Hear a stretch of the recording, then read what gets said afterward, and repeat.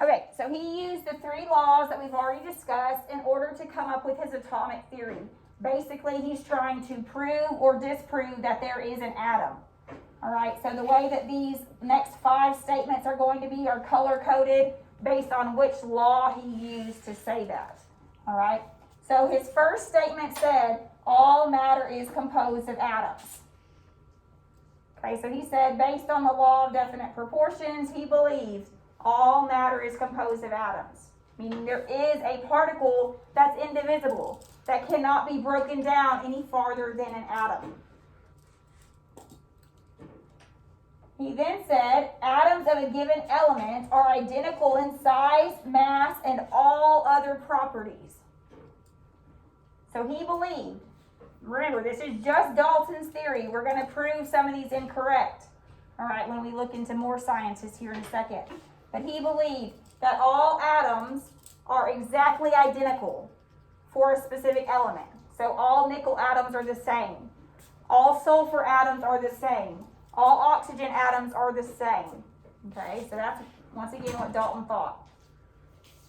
Next, he said atoms cannot be subdivided, created, or destroyed. He said, well, because I know mass can't be created or destroyed, it must then be true that atoms can't be destroyed or created or divided. All right, so that one came from the law of conservation of mass. Next, he said, atoms of different elements combine in simple whole number ratios to form chemical compounds. That's pretty much just restating the law of multiple proportions that we already talked about. Okay, stating that atoms can combine together, but they must combine in simple whole number ratios. Once again, we can't have 1.5 of an atom, 2.5 of an atom, or half of an atom, okay? Whole number ratios to form these compounds. And lastly, in chemical reactions, atoms are separated, combined, and rearranged. Okay, so he said, based on the law of conservation of mass, we can't destroy, we can't create atoms, but we can rearrange them. We can separate them out from one chemical compound and rearrange them in another way. Okay, so that was his last statement. So this was Dalton's atomic theory, 5 statements that he believed were true for the atom, or to explain atoms, based on the 3 different laws. Any questions on any of these statements? Some of them you already know, well, that might not be true. We're going to come to find that some of them are not true. Okay, but like I said, Dalton kind of started the wheel rolling on coming up with the atom and these other discoveries.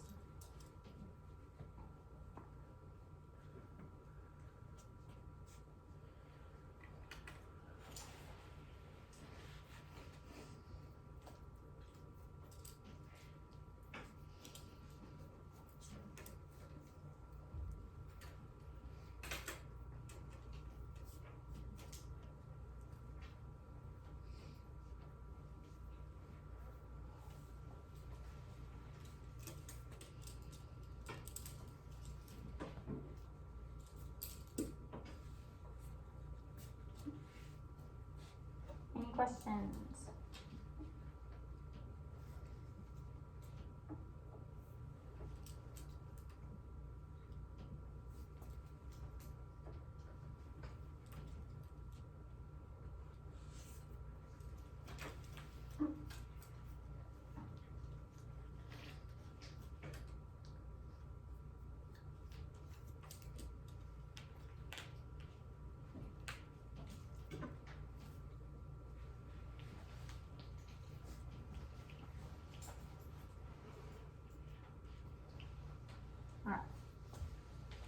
So once we had more advances in instrumentation, all right, once there were other ways to do different experiments in order to validate if what Dalton said was true or incorrect, some of his theory was proven to be incorrect.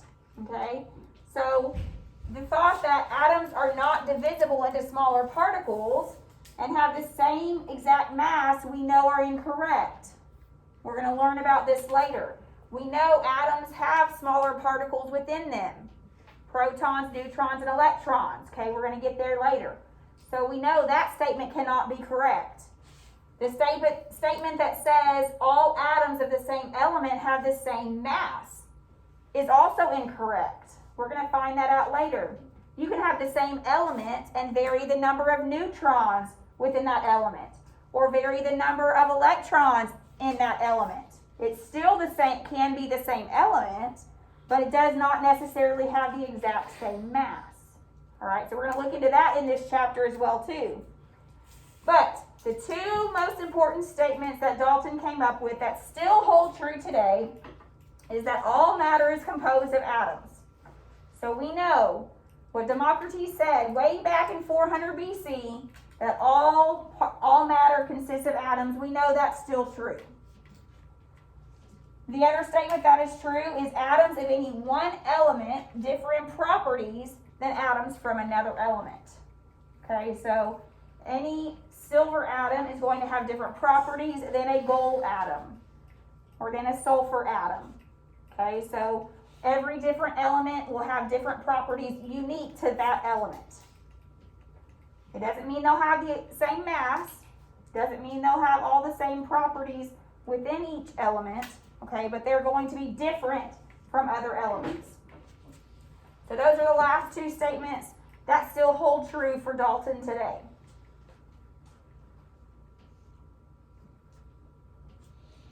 Any questions on Dalton?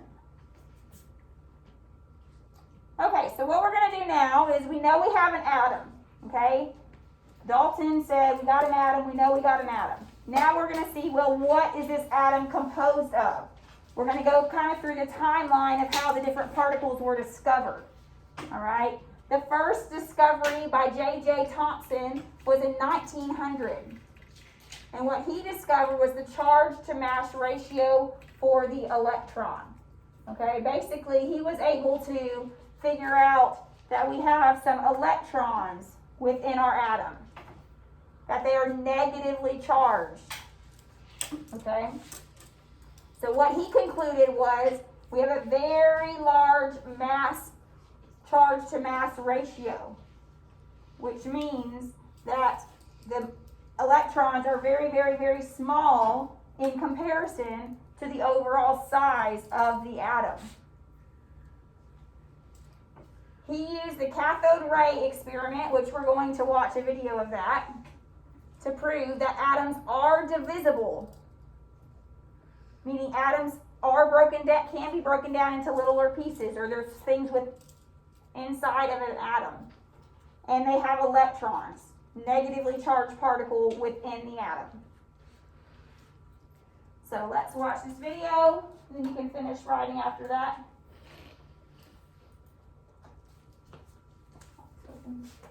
The perfect English muffin topping is more English muffin. Duh. When you invest with College Counts, you're giving your child a head start on their education and their career. Get started today, even if you have to start. So today I'm at the University of Sydney with Dr. Phil Dewey, and we're talking about how our idea of the atom changed from a tiny little hard sphere to something more complicated. And this apparatus has something to do with that. Exactly. It was quite a landmark historical experiment. It's just made of a tube of glass connected to a vacuum pump, and in the tube of glass there are two pieces of metal connected to a high voltage power supply. So we can suck the air out of here. That's right. And then apply high voltage to two metal plates. Yes. Okay.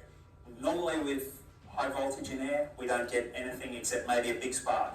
But what Geisler found, who did this in 1857, was something quite different. So should we have a look? Let's do it. Okay, let's turn on the pump and the high volts. Turn off the lights so we can see what's going on. As you can see, something's happening there. Yeah, I see a bit of a pink glow in there. That's right. So imagine Geisler, the first person to ever see this. It's pretty surprising. that started people thinking, what is this stuff that's coming from the cathode? It seemed to be a ray emitted from this negatively charged one, which they called the cathodes, therefore it's called a cathode ray, and it became the topic for research for the next 40 years as all the big wigs of physics and science basically tried to work out what was going on. So what did they figure out? I mean, what is going on? What's producing this glow here? There were two main camps. One thought that it was waves, and the second thought that the electricity was being carried by a stream of charged particles. Over the next 40 years, they basically came to the conclusion, well, it was J.J. Thomson in 1897 who came up with the idea that there is a stream of very small charged particles, negatively charged. They're smaller than an atom. So the smallest atom, hydrogen atom, they're about 1,000th of the size of that. And it doesn't matter what material the metal is, it's always the same particle. So this particle appears to be in everything. This electron, as it was known, is what's carrying the electricity. So Thomson came to the conclusion that all atoms have this particle as one of their constituents. That's right. So it wasn't a billiard ball, there had to be something inside the billiard ball. So how do I picture like a billiard ball with bits inside of it? Well, you should probably think about a pudding. A pudding? Yeah, well, that's what his idea was. There was a plum pudding, very dear to every British person's heart, Right. that, and inside the pudding you have plums, and plums can come out of that. So when you apply high voltage, then a negatively charged electron, which Thomson pictured as a plum, comes out and leaves behind positively charged pudding. Are you a fan of plum pudding? For research purposes, definitely. All right, well, let's see if we can research this a little further. Okay, that sounds like fun.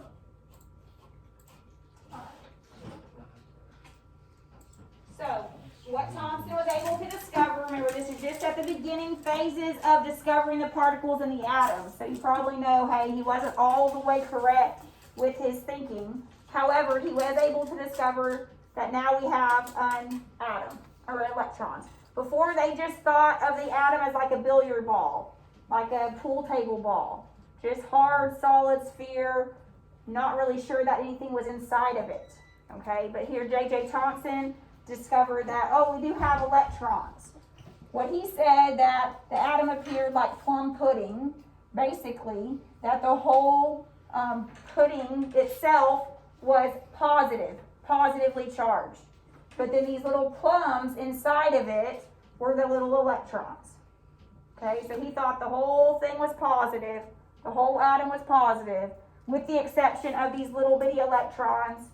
He referred to them as plums, okay, inside of our pudding. So that's what J.J. Thomson was able to discover. Not just one solid mass, but we actually have negatively charged particles called the electrons, right? We know the negative charged particle is the electron within our atom. Any questions on Thomson?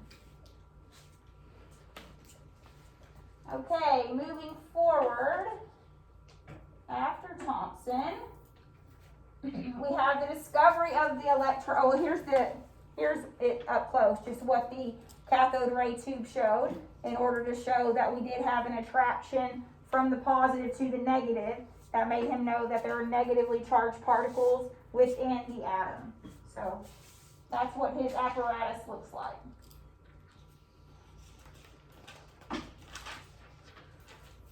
Okay, next we had Millikan. And what Millikan was able to do was able to determine what the individual charge of an electron was. All right, he was able to measure what one electron's charge was. And what he used was the oil drop experiment in order to do that. Okay, you don't have to know all these steps. We're going to watch a video on it, but just know that he was able to figure out the charge of a single electron. What he did was he put a battery up to this apparatus. He was able to put a voltage on these plates, and as the different atoms fell through, he was able to isolate, using these charged voltages, isolate an electron, meaning keep it still. By doing that, he determined, well, how much voltage did I use in order to isolate that one electron, and then he was able to know that that was that charge. Okay, so we're going to watch a video on that.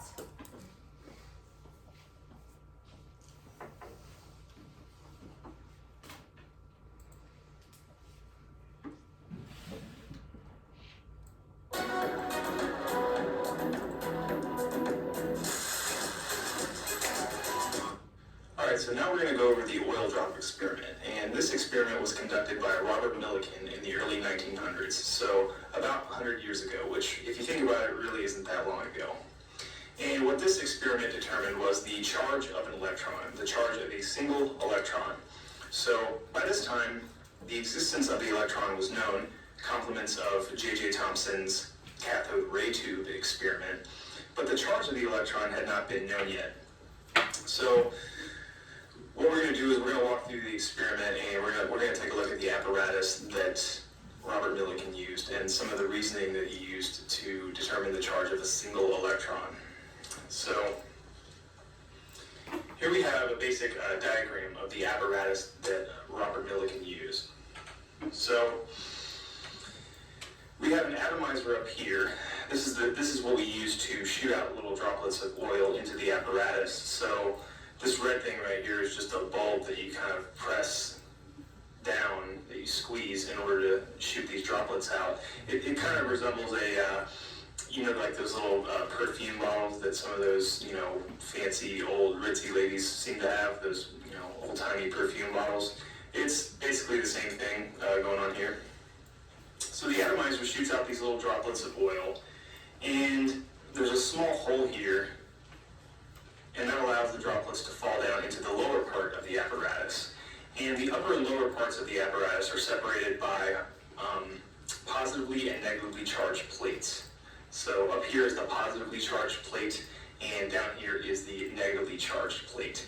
And these two plates are connected by a power source in which you can actually change the voltage of the power source. So we have positive plate, negative plate, and we have a power source that has a voltage that we can apply across these plates.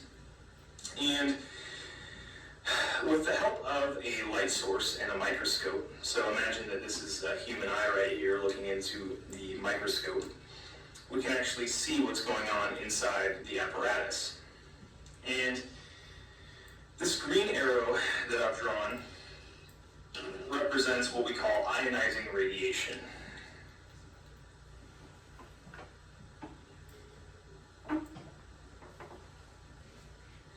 And ionizing radiation is used to create the electrons that the droplets of oil collect. So when the air inside the apparatus is bombarded by this ionizing radiation, it produces electrons. And the oil droplets collect those electrons as they fall down into the lower part, into the negatively charged plate. So ultimately, what happens is you have a free fall of these oil droplets. The oil droplets fall down, and once you turn on the power source that's connected to these positively and negatively charged plates, depending on the voltage that you use in the power source, you can actually stop the direction.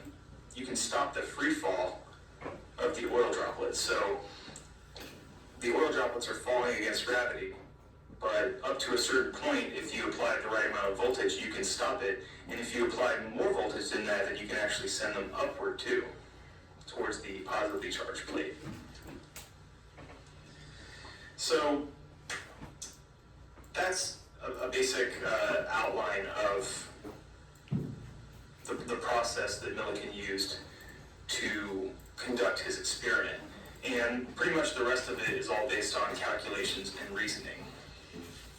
So what he measured was, he measured the voltage that was required to stop the free fall of the drops. Remember, you can just, if you apply a certain voltage, you can have just a drop sitting there, suspended in the air.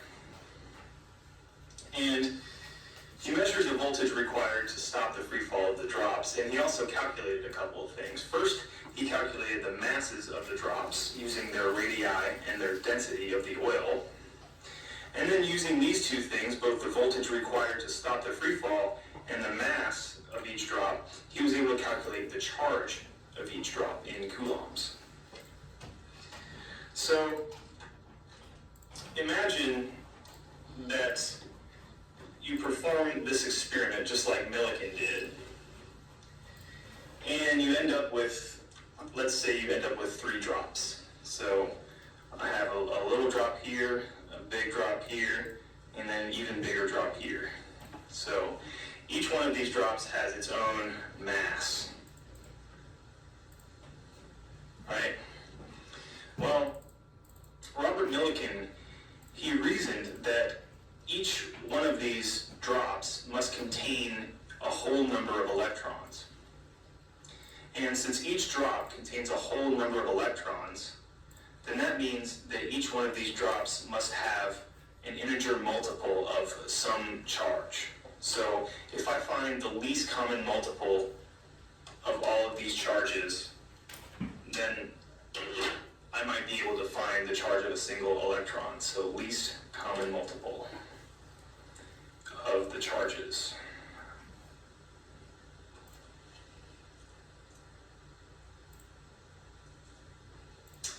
And it turns out Robert Millikan was right, and the least common multiple of all the charges of all the drops. I mean, he did this a bunch of times.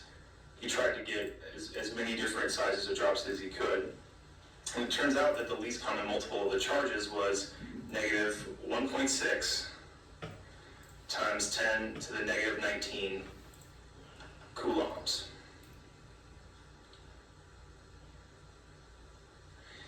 And that is the charge of a single electron. It is also called the elementary charge. So negative 1.6 times 10 to the negative 19. So there you go. That's Millikan's oil drop experiment.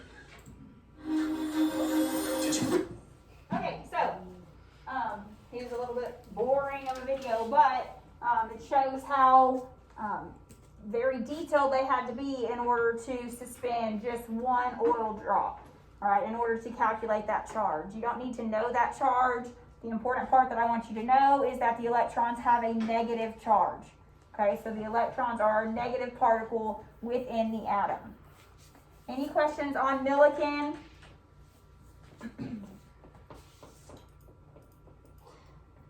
All right, last discovery we're going to talk about is Ernest Rutherford.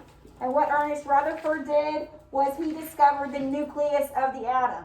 Okay, so he was able to determine that, not like J.J. Thomson. Remember, J.J. Thomson just said that the whole atom was positive, like that plum pudding. Well, Ernest Rutherford said, no, that's not true. Now we know we have one small centered dense core inside of our atom, and that is called the nucleus. He did this using the gold foil experiment. What he was able to determine that this nucleus was very, very small in comparison to the entire size of the atom. All right, so it's not like Thomson said, where the whole atom was positive. All right, there's a very small part of the atom that is positively charged. And he gave that the name of the nucleus. So we're going to watch this experiment. Listen for the little dings. That's every time that the particle was bouncing off of the nucleus. That's how he knew it wasn't the entire atom was positively charged. Okay, so let's listen to this one. Watch this one.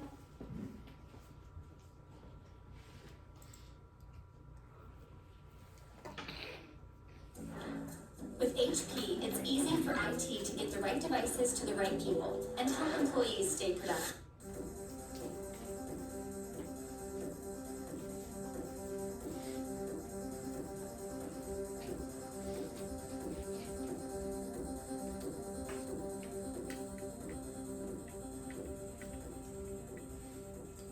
At the time he carried out the experiment, the atom was thought to be a global positive charge with negative electrons embedded inside it. Now Rutherford set up an experiment to direct a beam of alpha particles, which he knew to be heavy positively charged particles, and we now know to be the nuclei of helium atoms, through a very thin gold foil.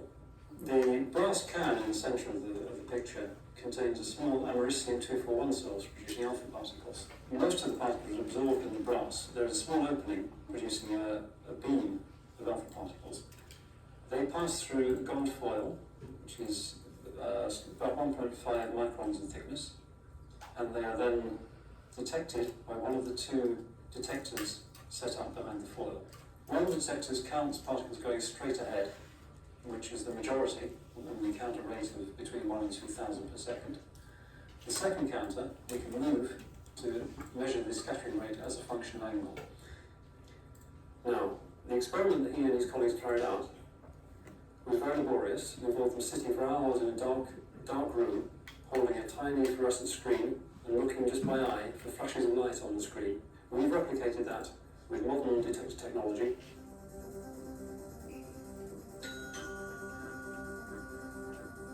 In its current position behind the foil, it will measure one count every few seconds.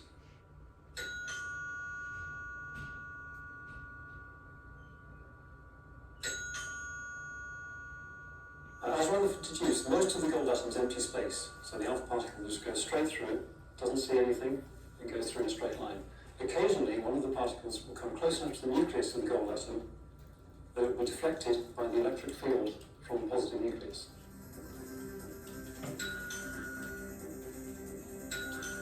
If it comes at a glancing blow, it will be deflected through a small angle. If it hits it head on, it will just bounce straight back.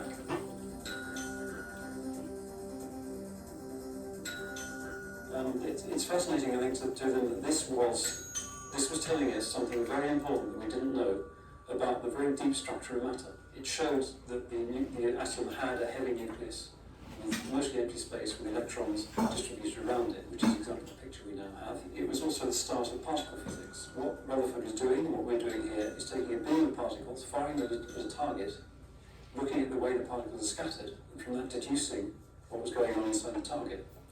And 100 years ahead, we now have the Large Hadron Collider, where we do the same thing. We fire a beam of particles at a target. In that case, the target is an old beam coming the other way. We look for the particles being scattered out of that collision process and try to deduce what was going on in the collision from the behavior of the scattered particles. And all that comes from Rutherford's original idea of firing a beam at a target. So in a century, we've come from an apparatus that would fit on the desk, that was the cutting edge of physics, to the Large Hadron Collider, which is 27 kilometers in circumference.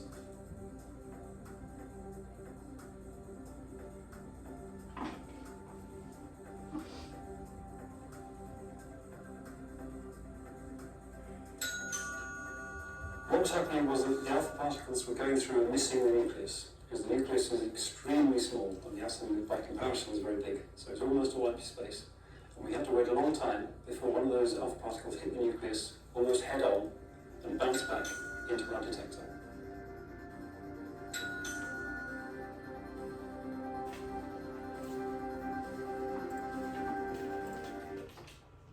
Alright, so that discovery was very, very important to help us know that we have a nucleus within our atom, that all of our atom is not just positively charged. Actually, most of our atom is empty space. Alright, because what he found, the alpha particles did not hit very often. So that told him that the nucleus is very small in comparison to the actual size, because the positive particles didn't hit and bounce back very often at all. Most of the particles just went straight through, making you know that it's just empty space for most of the atom. Any questions on Rutherford? Okay, so we're going to cover one small part today, counting atoms. Okay? So, last chapter we learned that the atomic number is the whole number on the periodic table, right? I think every single person got that question right. So, the whole number is the number called the atomic number on the periodic table. This number, the atomic number, gives the number of protons for each element. So, the atomic number gives the number of protons for the element. It is unique for every single element. If you add a proton to an atom, you change its identity completely. It can no longer be the same element. For example, oxygen has 8, the atomic number of 8. Therefore, oxygen has 8 protons. If I add another proton to an oxygen atom, it's now fluorine. Okay, it cannot be the same element with a different number of protons. You change the identity. So the number of protons gives the identity of the atom. If I tell you an element has 35 protons, get y'all's periodic table out, please.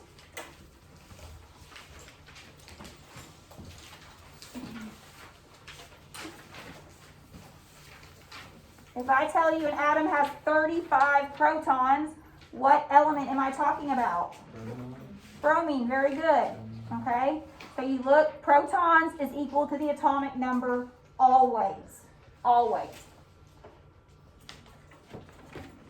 Now, here's a statement that is sometimes true.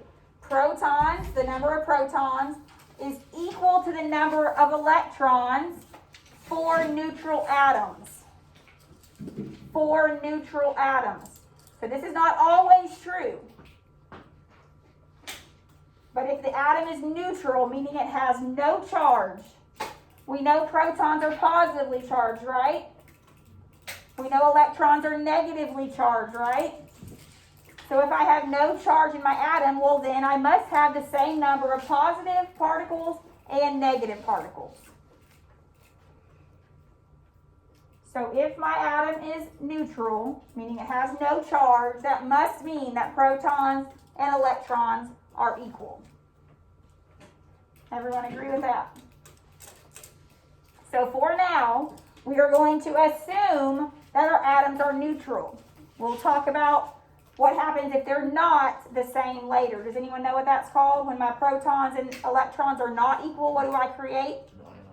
An ion. Very good. Okay, so we'll get to ions. Right now we're assuming we're neutral. Okay, so here's some examples. Helium has 2 protons. Boron has 5 protons. Arsenic 33. Magnesium 12. Okay. Any questions on the atomic number and the number of protons? Oops. Too far. There we go. So let's look here. Someone tell me, radon, how many protons and electrons does radon, Rn, have?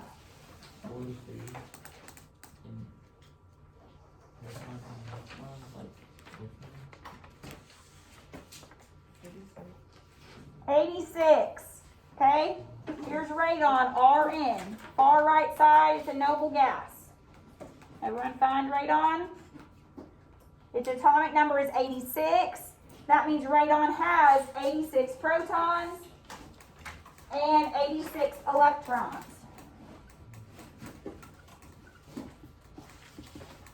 Like I said, right now we're going to assume neutral. All right, next, titanium. Titanium is Ti, little I. 22, very good.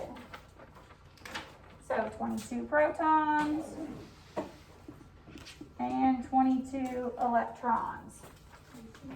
A neutral atom of an element contains 50 electrons. Which element is this?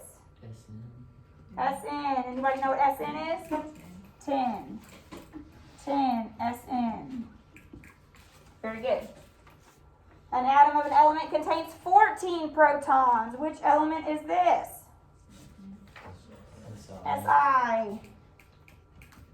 Do we know what Si is? Oh, I just wrote it before I asked. Silicon, Si. Very good. Any questions on protons and electrons?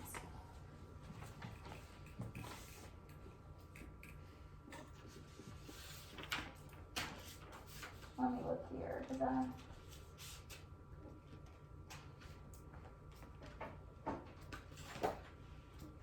Yep. I think we're going to stop there for today.